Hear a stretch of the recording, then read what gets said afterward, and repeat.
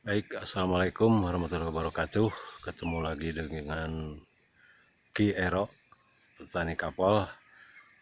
Kali ini saya akan membahas itu tanaman pelindung, tanaman kapolaga, atau yang bahasa latinnya Eleutheria cordomomun.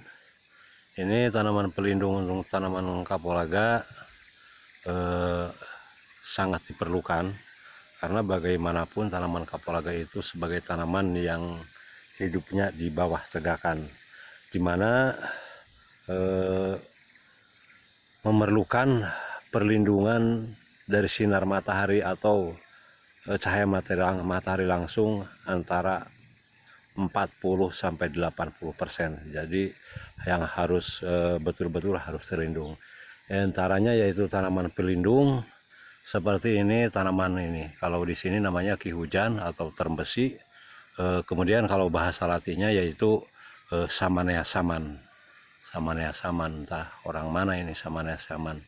India kali atau samanya Indonesia. Tapi ya kita berterima kasih kepada para ahli yang sudah menemukan nama-nama Latin. Kalau tidak ada nama Latin mungkin kita akan banyak paham atau banyak persepsi. Ya kalau ada bahasa Latinnya kan kita mudah mencarinya, baik melalui teori-teori atau melalui Google umpamanya. Kembali kepada bahasan kita yaitu tanaman kapol. Yang terbaik itu tanaman ki hujan atau Samanea saman, di mana tanaman ini akarnya mempunyai bintil-bintil akar rhizobium. Akar tanaman tersebut atau akar ki hujan tersebut mengandung bakteri rhizobium, di mana bakteri rhizobium itu dapat menghasilkan N atau nitrogen atau juga pupuk urea, bahan pupuk urea. Itu yang pertama. Kemudian yang kedua yaitu albacea atau albise atau jengjing atau sengon. Nah di sini juga kan tadinya bekas kebun sengon, ya pelindungnya itu sengon, karena sengonnya udah tua, udah 6 tahun, maka saya tebang. Kemudian tanaman kapolaganya habis, itu karena udah pada tua. Ini sebagai tanaman kedua. Nah, kita kembali lagi kepada ki hujan. Tanaman ki hujan tadi akarnya dapat menghasilkan bakteri rhizobium sebagai penyubur tanah, kemudian daunnya juga sebagai bahan pupuk organik. Manakala daun pada berguguran dia jatuh ke tanah, maka akan terurai menjadi pupuk, di mana pupuk tersebut atau serasa-serasa dedaunan tersebut akan menjadikan bahan organik yang menghasilkan pupuk kaya protein dan kaya unsur hara, diantaranya yaitu unsur haranya Ca atau kapur. Tuh, ini sangat yang dimana unsur Ca menurut para ahli ya sangat diperlukan untuk tanaman kapolaga. Sekali lagi bahwa kapolaga memerlukan naungan yaitu 40-80%. Menurut pengalaman saya, karena kalau tanpa naungan itu akan tumbuh tidak subur, tumbuh kerdil. Ini seperti ini, yaitu tanaman kedua. Sebenarnya tanahnya sudah tidak mampu, udah kurus gitu kan. Maka saya sekarang akan alih fungsi tanaman pelindungnya, biar dimana kapolnya sudah tidak ada, udah pada tua, maka akan pelindungnya itu diganti dengan yaitu tanaman alpukat. Ya, seperti ini alpukat, ini saya tanam dari biji, di mana ini tahun ini akan disambung dengan benih-benih unggul alpukat. Karena kalau alpukat tidak disambung atau tidak dikasih interest yang benih unggul, biasanya menyimpang gitu. Biasanya alpukat itu menyimpang, tidak sama dengan induk asalnya. Ini baik, kita beralih ke sebagai fungsi daripada tanaman pelindung, di mana tanaman pelindung ini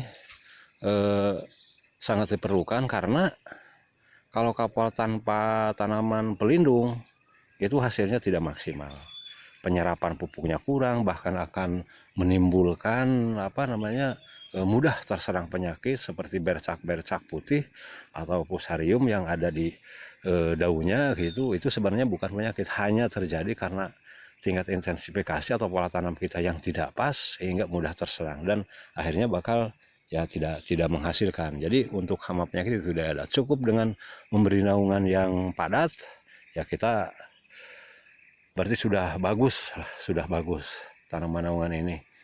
Itu yang bagus itu ki hujan atau term besi. Dan bisa juga tanaman-tanaman lain seperti jati, albasia atau tanaman apapun, yang penting bisa melindungi gitu, yang penting bisa menaungi. Yang penting bisa menaungi agar kelembaban tanah atau kelembaban tanaman itu dapat terjaga. Walaupun bagaimana ya, yang namanya kapol itu paling mudah dan murah intensifikasinya, bisa dilakukan oleh siapa saja. Walaupun dengan intensifikasi yang asal-asalan, dia mau tumbuh dan mau memberikan penghasilan.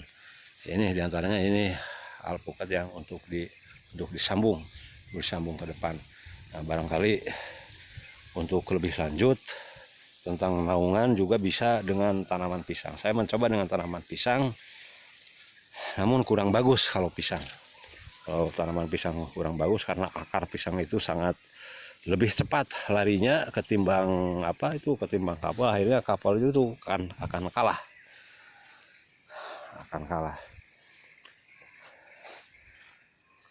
Ini sebagai naungan, ini lumayan kemiringannya, kita harus beri pelindung karena tanahnya yang miring.